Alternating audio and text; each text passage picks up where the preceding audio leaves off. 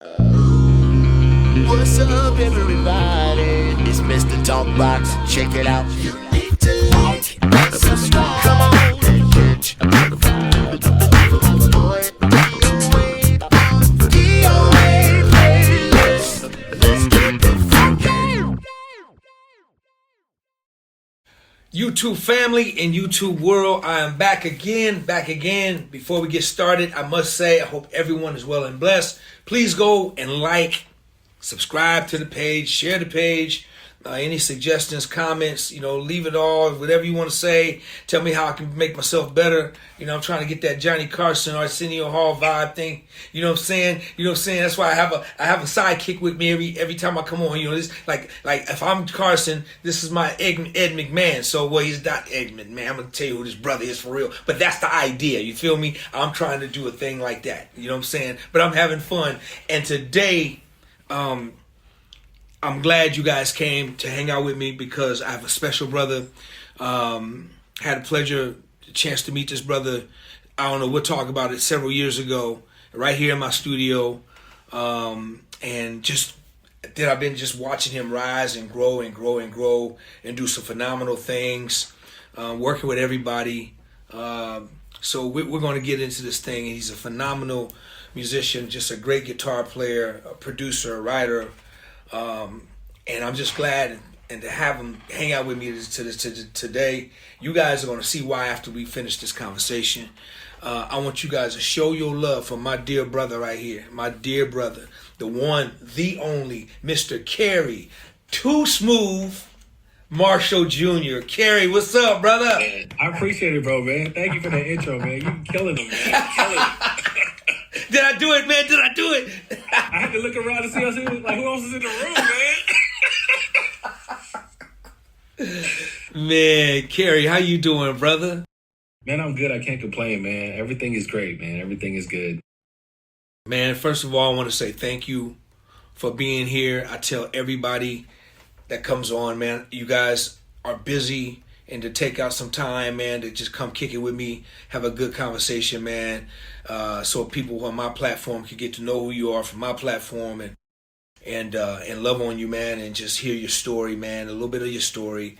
And I don't take it lightly that you're here with me. Man, it's my honor that you're here, and I thank you very much, bro, for being here. Real talk. Yes, sir. Honored to be here, man. Thanks for having me. Listen, man, let's get into this thing, man. Kerry, where you from, bro? So originally, I'm from Birmingham, Alabama. I claim 205. I had the opportunity to live in LA for a number of years. That's where we met.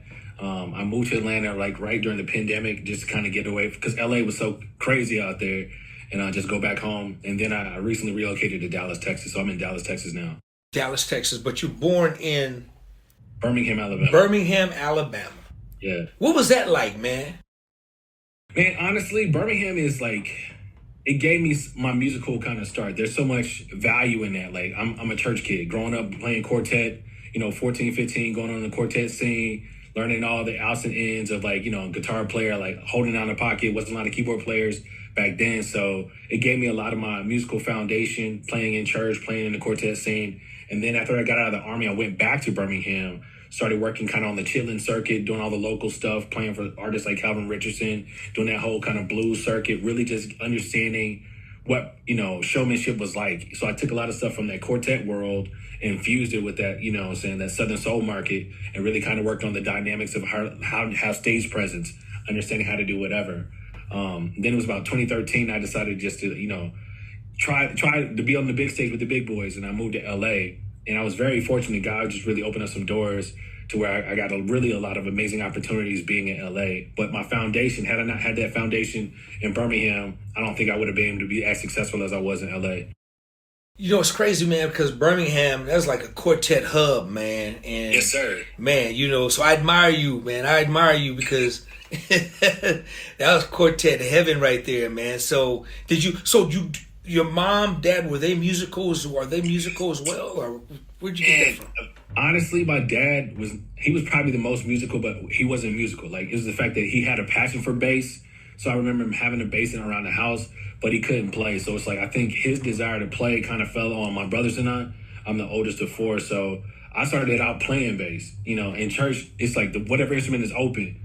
I wanted to play guitar first, but the bass player, like, it was getting ready to go off to college.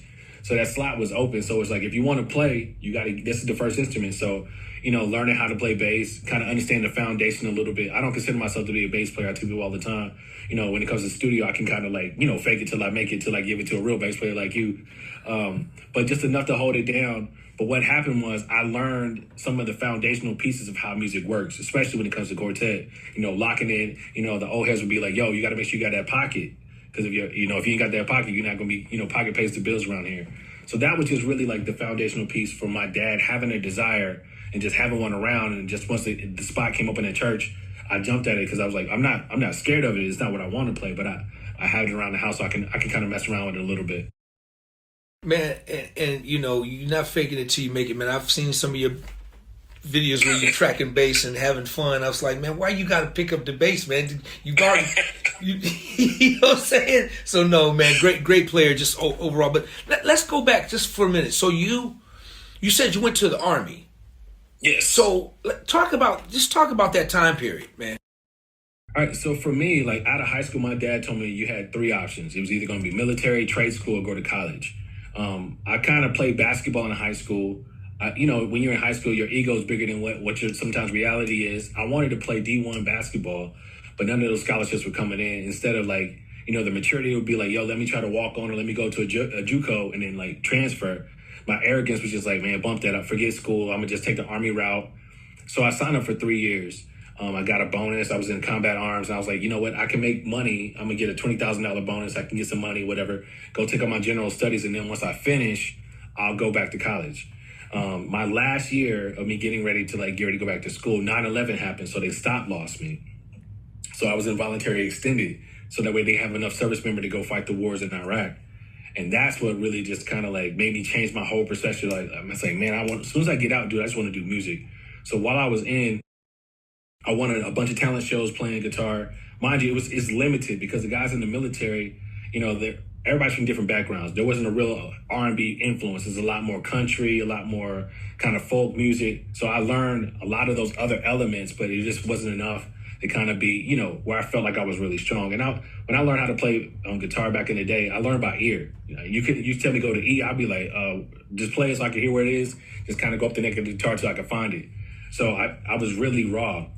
So just being in the military, just playing at the chapel service, just doing different kind of talent shows. We would have some people come down, some different artists would come in. I would try to be like, yo, can I sit in on one song?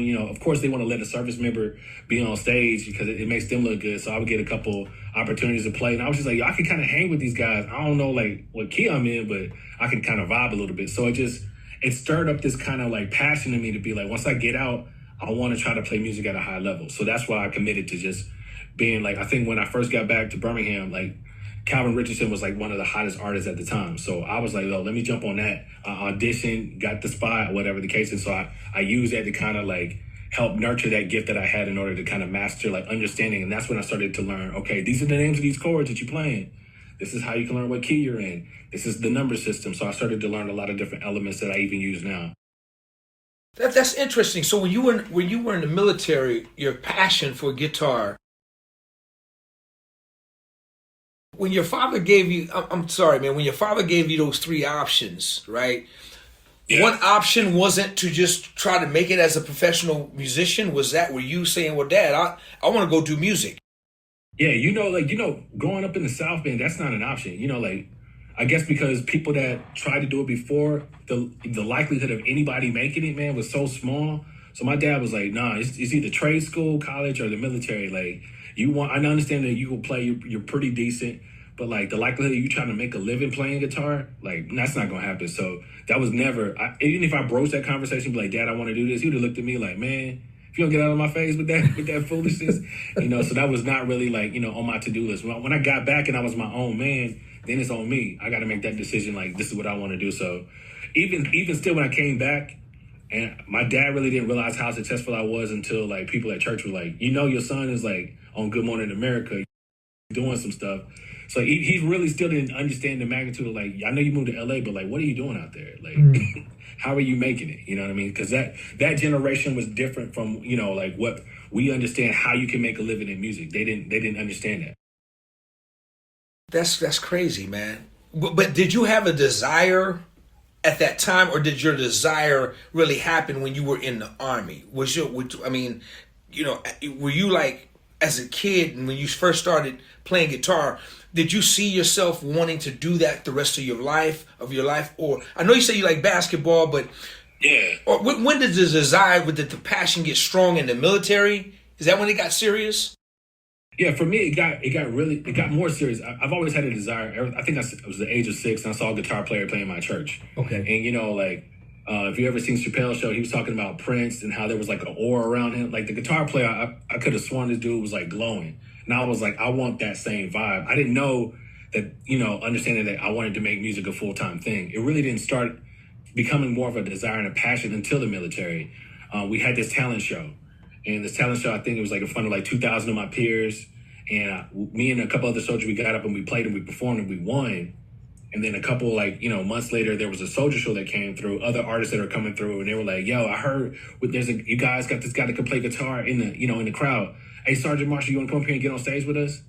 And that feeling of being on stage and playing in front of all those people, I mean, I didn't know the song. They were like, this is the key we're in, this is we're vibing right here. Can you vibe right here? And they gave me like a little spot, and I was like, whatever this feeling is, when I get out, I'm chasing that. And that's where it was just like, yo, I gotta go get it. I don't know what it's called. I don't really know all the names of how you figure out how you get into it. But I realized I was so driven, it didn't matter if I had to move to like Iceland. I was gonna figure it out because that's where my passion was. So after the military, you get out, you spend some time in Alabama, you do some this chilling circuits, you work with some artists. Then you decide to move to LA. Yeah. It happened just in that order. You decide to move in LA. So how long was it after you got out of the military that you moved to LA? So maybe 4 years. So I got out 2007, 8. So maybe a little bit over, maybe 5 years. So what happened was at this particular time, the internet was starting to kind of be really prominent. So there were some students from Berkeley that reached out to do this thing called Strange Arrange. I'm not sure if you're familiar with it, where they're doing a whole bunch of live arrangements on the internet and posting them, right? So there was a competition that was held in Nashville. Adam Blackstone was one of the judges. Music Soul Child was a judge. I believe Ethan Farmer was a judge. And somebody else, I can't really remember offhand, was a judge. And pretty much if you won this competition, you could record the next day with Music Soul Child. Me being for Birmingham, everybody else went to Berkeley. So people just assumed because they saw me on a lot of these different arrangements, the kids found me like on Facebook. They connected with me on Facebook and were like, we got a guy up here. He can't make the gig. You want to do it? Mind you, I had never been to no studio. I would just when I say raw, you know how sometimes you can look at an athlete and be like, he's raw. But if we give him some training, he can really be dangerous. That was who I was at that time. I was really raw. I never played with no click. I never knew what in-ears were. It just like, quartet, the drummer counts it off and we rolling. That's just, it is what it is, so they gave me an opportunity to do the Strange Arrange. Me thinking like, with the Strange Arrange was on a Saturday, man, I got to hurry and get back to the church, in Birmingham on Sunday. We wind up winning the competition. I had to call my church and cancel. We went to the studio to record Music Soul Child. So that was my first time being in a professional studio. Like, understanding, I'm hearing this thing like, metronome in my ear. I'm like, what is that noise? Like, yo, that's your click so you stay on beat. I'm thinking like, we're all in different rooms. So I'm not used to that. I'm used to like, if I could see everybody, like I know the vibe. So I was like learning on the fly, but I did really well in that session. So this is also building my confidence, like, yo, I think I can really do this, right? There was another artist that I was working in Birmingham. He had the opportunity to do BET Music Matters. So we did one show in New York. BJ Chicago Kid was the headliner. So as we were opening up, we were like, we went up for sound check. The other guitar players were like, bro, like, where are you guys from? I'm like, I'm from Alabama, man. They were like, bro, if you ever get a chance to go to LA, man, you should try to test the waters. So of course that planted a seed. I'm thinking like, man, if I could ever get to LA. A few years later, this is probably like 2012, I got another call to do the BET Matters out in LA. It's I'm playing for this artist named Kimberly. A good friend of mine, Bruce Briggs, asked me like, yo, do you want to do this slot? I had a buddy pass, so I just flew out to LA. And that sound check, everybody was like, bro, If you move out here, I promise you, you'll never stop working. So that was my second confirmation. So I was like, all right, guy, you trying to tell me something? Like, I go to church. I'm already like, man, I need to make this move. And like, I believe it was like a sermon that he was talking about making a faith move, like kind of launching out into the deep. So I'm like, man, LA is like an ocean. And I feel like, I'm a freshwater fish. I ain't gonna know how to get out there, but I'm gonna give myself a year. If it don't work out in a year, at least I know I can come back to Birmingham and do what I've been doing, right? Man, I went out there, gave myself a year, and I never looked back. So definitely. I mean, mind you, 6 months when I first get there, it's tough because you're still trying to transition and people don't know that you still live there, But after those 6 months and things started to kick off, my first major gig was Tyrese. And that's when things started to really kind of like open up for me. Wow. That's really, really good. That's good. That's fast. Yeah. You got out there and just kind of just got working, man. So kind of like when you were settled, boom, everything was that. What year did you start playing with Tyrese? 2013. 2013. Did you guys tour or what was that like? So we had a few spot dates at the time. So I remember my first gig with him was in St. Kitts. But yeah, it was, I think the guitar player that was playing for him originally started working with another artist. So that slot was open. And so the guys who heard me around town at the different jam sessions, the thing that was different from me and a lot of other guitar players or a lot of other musicians that moved to LA, I moved to LA for a purpose. Like any kind of jam session, anything, like I didn't care if I was holding somebody's bags. Like, bro, you need me to like can I shout at you at a rehearsal? I was that kind of guy. Like most guys want to be like, they too cool to hang out. I was like, nah, bro, like, yo, man, like if you want me to carry your bag, I'll help set up your stuff. I'll be your tech today just so I can see how it's supposed to run in a big rehearsal.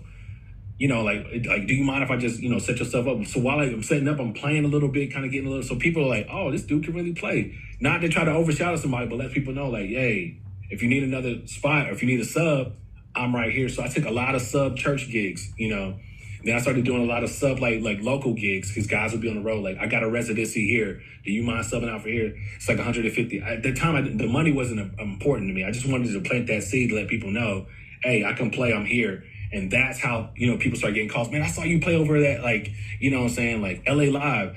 I need a guitar player for this gig. Started getting bigger opportunities. And then like I get the call for Tyrese, That's exactly how it happens, man. And that's exactly the faith that you have to you got to jump in that big old ocean, man, and then that's when it's time to put your faith to work, man. And if you're good and if you believe in yourself, man, I love that story because a lot of people won't make that leap, man. And like you say, you went there, gave yourself a year, things start happening, never look back, never look back. And you got out there, so you kind of paid a lot of dues in Birmingham those 4 years that after the service, doing the Chitlin service, circuit gigs and blues stuff or whatever, which was great experience. And then in LA, man, people, just the transition, how it happened is really crazy, But you did pay a lot of dues. It didn't happen overnight for you. But the fact definitely didn't happen overnight. Yeah, and that was one of the things I knew in my mind. Like, I imagine going to any new city. Like I said, I was a soldier for 8 years. When we have new soldiers come to our unit, you got to earn your spot. Ain't nobody going to be like, just because you was talented the other unit. So I took the same mindset, like, y'all going to a new city. Like, I'm the new kid on the block. So you're a rookie. You're going to get hazed. You got to do what you got to do. But, like, if you keep your nose to the grinding zone, somebody will see your potential. So that's what it was for me. It was like I came there. I was like, matter of fact, I was doing like small like church gigs, playing bass, playing guitar, whatever the case it was, making $50 a Sunday. Like I said, teching for people. I mean, I was like, bro, I'll be your adjutant. I'll grab your bags, whatever. Like, I'll pack up for you. Just whatever I could do to get into the building. Right. And once I got into the building, it was like, oh, this dude can really play. And just the power of networking. I don't think a lot of people understand how important it is to network, shake hands, be a good person on and off the stage. And I think a lot of guys kept like, they would be like really talented on their instrument, but like for lack of better words, be an asshole once you get off stage. And it's just like a lot of guys didn't want to deal with you. So I just started to pick up like, okay, pay attention, do that kind of stuff. Don't do that. Make sure you got your passport. Make sure you got everything. So just in case I got a lot of calls because guys didn't have passports. They didn't have their paperwork ready. So you being at the right place at the right time, being dependable, making sure your gear was straight, knowing the music inside and out, what I'm saying? Even if they call you last minute, having a good enough ear and a good enough retention just to be like, because of church, knowing that like last time, they'll give you a lot of last minute stuff. Can you produce? I know you just got this music 30 minutes ago, but man, we got to go on stage. Can you play? Get in there, hold the pocket in, just, do what you got to do. Those kind of things people remember, you know what I mean? That's what was really what stood out for me. Man, that's them nuggets and them gems you dropping is great stuff, man. It's great, great, great stuff. So after Tyrese, what's next for you after Tyrese? I think Chrisette Michelle, we started doing R&B divas, and then this is when I learned like how important it was to be an acoustic player. All that stuff that I learned in the Army with the, saying those other guys that were showing me all that kind of how to play acoustic guitar, that became my backbone. So I started getting all the acoustic gigs around town, started doing stuff with Chrisette for a long time. And then Lettucey happened, and I was out with Lettucey for a number of years. But understanding how to do the acoustic stuff. So her and Eric Walls had just dropped the Intimate Truth. Like, it was like an acoustic album. Right. And of course, Eric Walls is just like, he's one of my OGs. And I would look up to him, I would sit with him because I didn't live that far from West A. And I'd be like, yo, can I pull up to y'all rehearsal at West A? Just kind of pick your brain. And I sat with Eric for years, just like understanding, asking nuances like, yo, how do you tune your guitar? Like, what's the approach on this? So I picked his brain and got a lot of nuggets from that. So once the Lettucey gig came, he kind of blessed me off on, he was like, all right, Lettucey, this guy can really play. You're going to be straight with this guy. I work with him. He's good to go. And Lettucey was like an auntie for me. She really helped me out and understand the game because of course, a guy who's coming on the scene, I didn't understand initially for every gig, it's like the discipline of it. I thought like, yo, I got to give him all my work, let him see what I can do. And that's not how you maintain a gig. It's the discipline. You got to have all the knowledge. Right. It's the application. Like, you don't throw out all your stuff on the first, when we opening the song. So I had to understand that, like, okay, pick your spots. There's other people besides you on the band. We know you smooth on it, but like, pick your spots. So Lettucey was very patient enough with me to work with me so I can understand the relationship with my instrument with the artist on stage. So yeah, so like she was very pivotal in me really just kind of getting my feet wet. And then from there it was a Jason Derulo, started doing some work with Tori Kelly. I did a stint with the Black Eyed Peas for a little bit. So there's a lot of different things that started coming in around the same time. So I mean, I was really, really fortunate. That's happening because I think, let me see, when I met you were you with Kenny or who were you with? Yeah, I was with I was doing stuff with Shantae Moore. Shantae Moore, right. Yeah. Shantae Moore, yeah. And and then watching you, man, you work with Joe, you work with so many people, right? Just a lot of people, man. And man, how does that make you in such a short period of time, man? How does that make you feel when you look back? When you look back, like, when you look back and your pop said you got three choices, you either gonna do this. So how does that make you feel today? What is that feeling like, man? Honestly, it made me feel like the decision that I made to come to LA was the right decision. There's plenty of guys that we know that have come to LA that sometimes wind up moving back home or have to go to Skid Row, whatever the case may be, they just don't make it. Sometimes it really just helps me to understand, like, LA is such a tough market. Everybody who can play moves to LA. And I was just like, God, why did you let me get through? You know what I mean? Because I'm just a kid from Alabama, man. Like, I'm not a child prodigy. I didn't go to school for music. I went to college. I was taking up criminal justice because I thought I was going to be a sheriff when I got out. And just maybe play part-time, because I was still thinking about what my dad said. Like, music ain't going, you can't, pay no bills. You can't support yourself with that. So just knowing that I made the right decision and be able to look back and be like, man, my resume, God, like, you really opened up a lot of doors for me. Because at the end of the day, I'm not trying to downplay like that I'm not anybody, but like just the humbleness of like, who am I to be the person that got picked to be on a lot of those stages? Not that I was the best person in the room. I was just the right guy for that job at that time. You know what I mean? So yeah, it's definitely, it's kind of like you pat yourself on the back, but you also remain humble because at the end of the day, we already know a lot of these gigs can come and go. And the next thing you know, like, you're on the outside looking in, trying to figure out how to make it work. You know what I'm saying? So just understanding that in the same time. So there's an appreciation for the grind and the hustle, but also a humility to know that, like, it could be taken away at any moment. Kerry, how important is it for you to know your worth and your value? How important is that? I think it's extremely important. What happens is, especially when you're in this game and you get started, you're kind of trying to figure it out. And then once you get to a place where you kind of understand what your value and worth is, number one, you know how to make sure your compensation is right. And then you don't put yourself in situations where guys can kind of pull the wool over your eyes. This music game is a fun game as far as playing, but it also can be very brutal and deadly if you don't know how to maneuver around it and how to speak up for yourself. And one of the things that I think a lot of guys fall in the trap of, they don't know their worth. So they kind of they're taking pennies and they're taking crumbs and not knowing how to stand up for themselves. So even when it comes to you, like not necessarily always doing like the production deals or just working with an artist or doing a tour or whatever, but even outside of that, even when you start becoming a clinician, when you have to speak out and people want to, hey man, we sing your accolades, we love for you to speak, knowing how much to charge for various things and understanding like what you bring to the table, how, you are an important piece to whatever situation that you are in. And it's not so you can get cocky, get arrogant, but it's just so that way you can at least know how you can be compensated fairly for anywhere that you are, whether that be your time, your energy, or whatever the case may be. You just know how to be compensated fairly for who you are and what you bring to the table. That's good. Let me ask you this question, and I'm asking you this because, you are a musician, man, that's got a resume with playing with a lot of different artists on different levels. So, like you said, when you got out there, you did the $50 gigs, the $100 gigs, the $70 gigs, whatever you could do, right? Yeah. So I tell musicians this all the time. Your ultimate goal is you want to be that guy when they pick up the phone. You want to be that guy. They ask you the question, Kerry Too Smooth, what's your price? That's what you want to eventually. You want to be that guy versus Kerry got this gig. It's paying $75. Then you say, okay, cool. Now, when did you make the change from being that guy to where Kerry, this gig is paying $50, take it or leave it, $100, $500, to when did it switch to where it's like, hey, Kerry, listen, bro, hey, man, we're doing this. What's your price? What do you charge? When did that whole thing change for you? Because I know it was a change. It happens for everybody. So Right. When did that change, man, for you? I think it started to change for me after my first tour with Legacy. And they came back to me.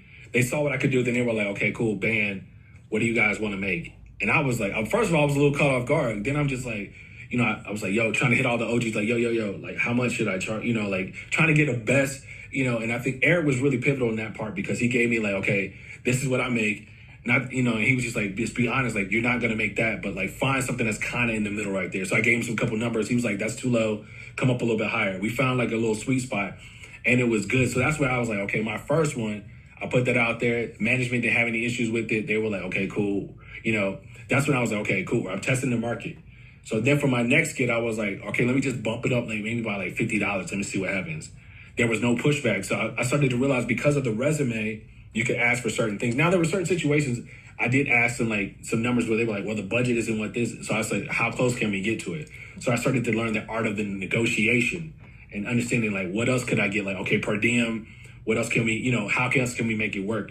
So I started to understand a different aspect of the business of what it was. But I want to say after my first tour with Legacy, when they asked, like, what's the rate? That's when I was there. But I definitely had to call Eric and be like, yo, bro, what is this? I don't know what they talking about. I've never seen it before. Help me out with that situation, That's good, man. That's good stuff. That's good stuff, man. Really, really good stuff. And I hope a lot of the youngsters and people are young or old, they're really listening, man. They're getting something from this because it's really good, man. So you're running LA. How long did you live in LA before you moved to Atlanta? You said you moved during the COVID to Atlanta, right? Yeah, so I was in LA for close to almost 10 years, about eight and nine and some changes, just right on that cusp. So I was there in LA living it. Like as soon as the pandemic hit, I was still there, but I was going back and forth. And I was just like, man, where I'm at in LA, it was a cool spot, but like it was just shut down. It was locked down. You couldn't go anywhere, couldn't do anything. So my family was like, do you want to move to Birmingham? And at that time, I had just started my company where I teach online lessons, and everything was just kind of doing really well, successfully. So I was able to buy a house, but I didn't want to be in Birmingham. I wanted to be in a bigger hub, so I moved to Atlanta. So I bought a house, and I was kind of like in between going back and forth. I'd be in Atlanta for a little bit, all right, come back to LA for a little bit, because I had one of those apartment situations where like you could pay month to month. So it wasn't like a full-time lease, which worked out in my favor. So I was still kind of in between, but I really didn't make the transition back to Atlanta until like maybe 2021 for like the whole time, full time. So after COVID, Yeah. So after COVID, when things started to kind of open up, then you made a move to Dallas right afterwards, or how long were you in Atlanta? So I was in Atlanta maybe like 2 years. 2 Sold my years. house and then I moved to Dallas. What I realized is I had fun in Atlanta. I learned a lot in Atlanta. I got a lot of situations, a lot of calls. It's just the scene was completely different from what I was accustomed to in LA. Okay. And at that time, I started to realize, like, given how, because music was different, where things were happening, even though things were opening up, musically wise, there wasn't a lot of performances. And the performances, they were kind of like, no crowds there, everybody's got to wear a mask, it's social distancing. So it looked different. So at that time, I was just like, you know what, let me focus in on teaching. So I pivoted, not to be out of music completely where I was performing, but I pivoted so where I could do a couple spot dates depending on what the calls were, because I was at a place in my career where I could just be like, nah, I don't want to do that. That makes sense. Oh, I want this. I need this exposure. So let me do this. So I started to pivot. And then for me pivoting or whatever, I realized that, like, let me get in the middle. Like, you know, I got married. And so I was like, let me move to Dallas. So that way, if I need to be on the West Coast, it's only like 2 hours. If I need to go to the East Coast, it's only like 3 hours. So it worked out better for me. And being in this city, I've gotten a lot of movement. So I can still focus in primarily on teaching, but I can still pivot up really quickly for spot dates or different artists that decide they want to come out and they need some work. Dallas is definitely a nice place to be. Have you been doing a lot of networking with a lot of musicians and connecting with everybody out there? Yeah, so I did a lot of work. When I first got here, I was connected to the Potter's House. So a lot of those guys that were over there, I was working hand in hand with them. Got a chance to get connected to some people in Kirk Franklin's camp. So, I mean, I've had the opportunity to work and branch and work with a lot of different people since I've been here, which has been really fortunate. Cool. Great, man. Great.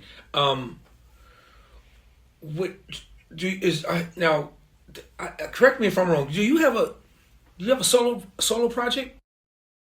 Yeah, so I put out, so this is what happened a couple years ago. I put out a song. So I love Snarky Puppy. I feel like it's one of my favorite bands. And I can't even remember exactly what time. They came to Birmingham before they really, really blew up. And they came and they played at this club called Zydeco in Birmingham. And our praise and worship leader used to know them from Dallas. So she was like, yo, y'all should go check out Snarky Puppy tonight. And it was late. I was like, man, I don't know nothing about this band. I ain't really trying to go out there. As soon as I pulled up, I heard the music and I was like, my God, I ain't never heard nothing like this before. And they called me on stage to sit in for like one song. I think the song we played was Quartermaster. And then from that point on, I was hooked, right? So I became really good friends with the band Snarky Puppy and I used to stay connected with them. So I wrote a song called Puppy Love that was an ode to them. It was kind of took like maybe 4 or 5 of their songs and kind of fused it into this 10-minute like medley. So I did that song for my own solo project. But outside of that, I've, like I said, had opportunities to work with. I don't know if you know who Troy Taylor is, a huge music producer. So Troy Taylor and I we've worked hand in hand on a lot of different projects. So we've co-produced several songs. And so that kind of became my plug when I moved to Atlanta. That was like my plug. So we wrote a lot of songs together for other artists, specifically on the R&B side.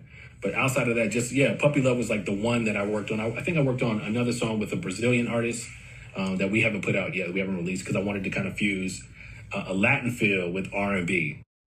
Got you. So you've been doing with Troy. You've been doing some production. That's cool. Yeah, that's my guy, man. Listen, Troy reached out to me. I met Troy when I was in LA when he was working with Kevin Ross. And I did a couple of, that's when I said my acoustic times. I was doing a whole bunch of acoustic gigs. And just like I said, the power of networking, I always try to shake a hand, grab a number. Shake a hand, grab a number. You know what I mean? So when I moved to Atlanta, like I was reaching out to Troy. I was like, hey, man, I just moved to the city. If you ever need somebody for session work, man, I would love to work with you. He was like, matter of fact, I'm working on this project right here. And we were able to get a placement on that artist's album. So I was just like, so I stayed connected. So like us being literally, a couple minutes away, we were working on stuff all the time. I was sending him records. He would send me records. I sent him a couple guitar ideas. He sent me a couple of ideas. And it just was like, it was not like Jordan and Pippen, but it was just like I was a part of that dream team. You know what I mean? So we had a lot of different success doing stuff. And we still do stuff now. Monster producer, man. I don't think I've ever met him, but a monster, just great producer, man. That's good to hear, man. Production is... Now, do you plan on kind of staying in that world, or what's next? What are you doing now? So I have an online school called Kerry's Camp, and right now we have close to 600 students that we teach worldwide. I realized that there was a need in this market. I started to see a lot of guys when I was in LA wanting lessons. Like, man, I want to get lessons from you. I want to get lessons from you. But at that time, I was kind of pushing it off because I wanted to just tour. I didn't want to focus in on teaching anybody. But I saw that there was a need.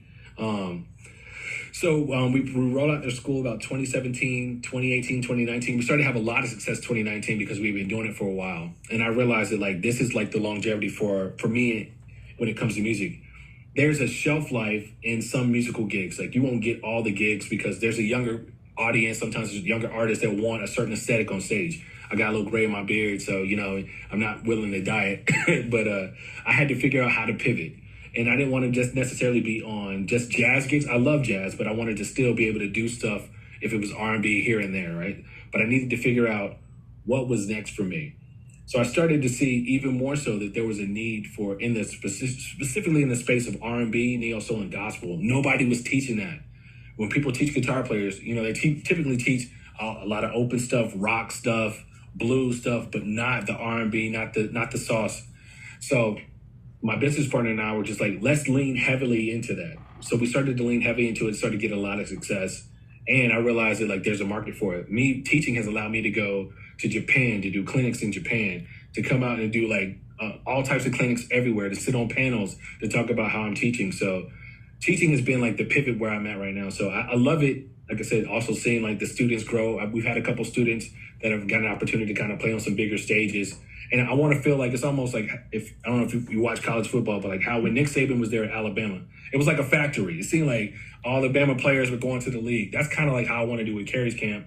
It's like we're getting a lot of these players that are coming through that are getting the opportunities, whether they be at their local level or if they want to move out to LA or New York, whatever the case is, getting the opportunities to sit on some bigger stages. And that's kind of like what I'm hanging my hat on now. So that's what I love to do. That's happening, man. How can people reach out to Kerry's camp? Yeah, so you go to kerryscamp.com. That is KERRYSKAMP.com. How good do you have to be in order to be a part of Kerry's camp? You don't have to have any kind of no skill level. Like we have beginners, and the age frame with them will range, let's say, honestly, maybe ages 12, and we have some students that are 70. Have never seen a guitar before. We have 2 classes. Tuesday night classes are typically for our intermediate students who understand a little bit more of what guitar playing is, understand how to use the number system, understand how to play a couple chords. But our Monday night class is for beginners who've never seen a guitar before. I got this thing inside of me. I want to learn how to play. That's where you go. And we walk you through the process of understanding all the autonomy when it comes to a guitar, like the anatomy of what it is. Also, some of the basic skills of how to play some basic chords, how to strum, and eventually we get you to the place where we can transition you to the Tuesday night class. But we take you slow and steady and smooth to make sure you get everything. We leave no guitar player behind. That's awesome, man. That is awesome. Are you currently touring or playing with anybody right now? Who are you playing with right now? Yeah, so I'm on my gospel tip right now. So I'm currently playing with Pastor Mike Jr.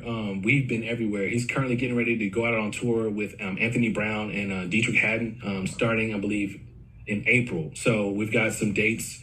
So we're going to start gearing up for rehearsals. But that's the person that I'm primarily playing with right now because it allows me to still teach and still have fulfill the passion of playing on stage. And I love the music. And he's from the hometown. So anybody that can help out from the hometown, I'm always a fan of. Right on, man. Right on, man. Dude, man, you know, the knowledge you have is just so dope, man. It's deep and it's important, man. You have a lot of wisdom, man, just talking to you. The nuggets and the gems that you kick, man, and I'm sure you advise and mentor those students that I'm sure, man, they're getting a lot from you because yes, sir. they're getting the whole music industry side, just not the playing. Yes, you're sir. able to give them the business, the industry. So, you know, I love what you're doing, man. I really do. I'm proud of you, man. I kind of watched your daughter grow up on social media, man. Yeah. How old is she now, man? How old is She'll be 4. She'll be 4 in October, man. Cool, man. Cool. Yeah. Listen, man. Dude, I got one more question to ask you before I let you go, man. Okay. And I'm going to ask you from a guitar perspective. Listen, you got Okay. 4 guitar players you're going to put on Mount Rushmore, right? Who who are your 4 guitar players you're gonna put on Kerry Too Smooth Marshall Jr.'s Mount Rushmore? All right, so I've got to give homage to like the guys that helped me directly. You know what I mean? There's so many phenomenal guitar players out there, but I want to talk about the guys who helped me directly. The guys that I go on my phone right now and be like, yo, I need to know how to do this or whatever. Number 1 for me is going to definitely be Jubu. Jubu is like, matter of fact, what's funny about it, Vertex was doing some stuff on Jubu and he was playing some of the albums that he was working on. Like he was doing Anniversary. And my wife was like, yo, is that you playing? I'm like, nah, that's Jubu. I said, that's the guy that I get all of my influence from. So Jubu, number 1, has to go on that mountain. Eric Walls, for me, has to go on that mountain. Tim Stewart. Now, the 4th guy, I'm going to go with Sean Hinton. I'm going to tell you why I go with Sean Hinton. Sean Hinton, to me, number 1, the way he can command a stage when it's time to solo, I remember there's a couple videos that he did he was out on tour, I think it was Made in America with Jill Scott. And he's got this one solo, the way he walks the stage and commands that solo. I've always been a fan of Sean. A lot of, like I said, all the guys that I call, I can definitely get in my phone and be like, yo, hey, this is Kerry, bro, what's good? So that's why I picked those guys on my Mount Rushmore. All of them have a special influence on my playing. If you go back and really dissect my playing, I'm sure you could hear different elements of those guys. I said, I just made a big pot of gumbo from their influence. So those are my 4 for sure. Wow, man, dude. All 4 of those guys are monsters, man. That's great. But man, I'm gonna add you to Mount Rushmore, man. I gotta put you on there, man, because you deserve to be on there too, man. Especially, man, what you're doing with all these students, man. I think that's the most for me, as incredible and as amazing that your musical journey has been. I think the fact that you have your school is probably the most impressive thing to me, because, you know, when you're gone, your DNA is planted all over the world. Exactly. And I think that's a beautiful thing. You're giving it away. You're Right. you're not keeping it to yourself. You're spreading it. You're showing it. You're teaching them. You're letting them have it straight from you. So man, that means you'll live forever. You'll never. You know, even as we pass on, you'll be here forever through so many other people, man. So, listen, man, brother, I really admire what you're doing, man. I love what you're doing, and I got a lot of tremendous respect for you, man. Of what it is, man. Keep doing the production, keep writing them records, man. Keep doing your thing, man, and let everybody know how they can reach you. Yeah, so definitely, if you guys want to just follow me on social media, I'm easy to find on Instagram. It's Kerry Too Smooth. Everything's always Kerry Too Smooth, whether you follow me on YouTube, Instagram, or either Facebook. Everything for me, I try to keep it all uniform, so it's easy to find. That's KERRY, the number 2, SMOOTH on all platforms. And before we get up out of here, man, I want to give you your flowers, bro. I know we met years ago, but I still remember that conversation when Big Mike brought me to you and you sat down and you talked to me. Honestly, everybody can see the accolades on the wall, man. You're a legend, you know what I'm saying? But the fact that you allowed me to be in your space and you didn't sun me, you didn't be like, yo, whatever this little kid is doing, whatever. You sat and you talked to me, you treated me with respect. Even we got the chance to share for a little bit, man. So I never forget that. That's invaluable, man. So that's one of the reasons why I give away the information, because people like you who impart the stuff on me, I feel like it was a crime for me not to give this information that I was given. Somebody taking out their time and just sit with me and just, whether it be 10 minutes, 20 minutes, an hour, whatever the case is, and give that information to somebody else. So hopefully I can plant a seed and they can come back one day and be like, hey, man, I remember when. So I just want to tell you, man, thank you, man. Give you your flowers, man, because you don't understand, how many people you influence. And I watch your videos, man. Even the last video you posted, man, you were on bass. How everybody was just like, bro, this dude is killing. I'm like, man, because you're so quiet on social media, sometimes I think people don't understand the gravity of what you bring to the table and how much of a legend, all the records you've been a part of, all the artists that you work with, man. So I want to continue to give you your flowers, man, and just say thank you, man, because that meant a lot to me. It's still, I hold that time and that experience, I hold it dear to my heart, man. So thank you. Man, thank you, man, brother. I appreciate it so much, man. That means the world to me, man. I appreciate it, man, and I'm so proud of you and what you're doing, bro. Just keep doing what you're doing, man. keep being a great father, a great husband, man, and keep just keep spreading that love, man, and what you're doing. And dude, I hope to see you soon, man. If is your tour coming to California, or you guys? I want to check. I think we're going to do a West Coast tour after we finish this first leg. So, okay, for sure. You already know. As soon as we come, I'm hitting you up. Let me know, man. If you guys come close, man, let me know. All right, brother.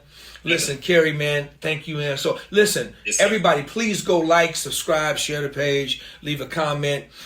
Follow my brother right here. Follow this dude. Go check his school out. Kerry's camp. Go check it out. You're gonna be blessed by it.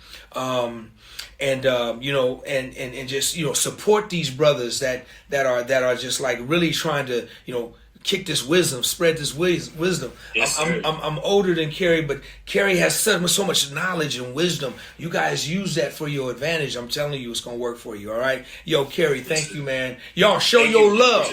Show your love for my brother right here. My brother right here. Hey, man, so wait a minute. So what's Alabama gonna do now, man? What's happening? Man, listen, I don't know, but you see that helmet back I see it back. I see. I'm it. watching you, man. You cracking me up, dude. I mean, I don't know. Listen, I'm praying, man, that like we can get it together. I don't think we're in a lot of trouble. I think we may be maybe a year away from it. We got a good head coach that came in from Washington, so I feel really good about it. So, and then we've gotten a lot of good recruits to come in. It's Alabama football. At the end of the day, I feel like we can still pull out. We may not be in the national championship discussion this year, but give us like a year and a half, we can be back in that thing, seriously. Man, let me ask you, did you know Nick was retiring? Was that? I had no idea, but this is what I think and I believe what happened was all the NILs. Nick is an old school guy. He wants to develop players, and I think when guys coming in asking how much money they're going to get, I think that's probably like what pushed him off, which is like, you know what, it's my time to kind of transition. Because I don't think he could have gave the players exactly what he needed, because his whole focus would have been on, man, y'all coming here looking for the bag. I'm trying to develop y'all so y'all can go get your own bag. So I think the writing was on the wall. At some point, it was going to happen sooner than later. Wow, man, because he could have coached another 15, 20 years. Man, listen, I wanted it to happen. I wanted it to happen, man. Hey, man, take care of yourself and your family, man. Yes, I love sir. you, man. Thank you for hanging out with me, too. brother. Y'all show Yes, your sir. love one more time for my little brother, Kerry Too Smooth Marshall Jr. Yes, Thank you, sir. man. Thank you, brother. Yes, sir.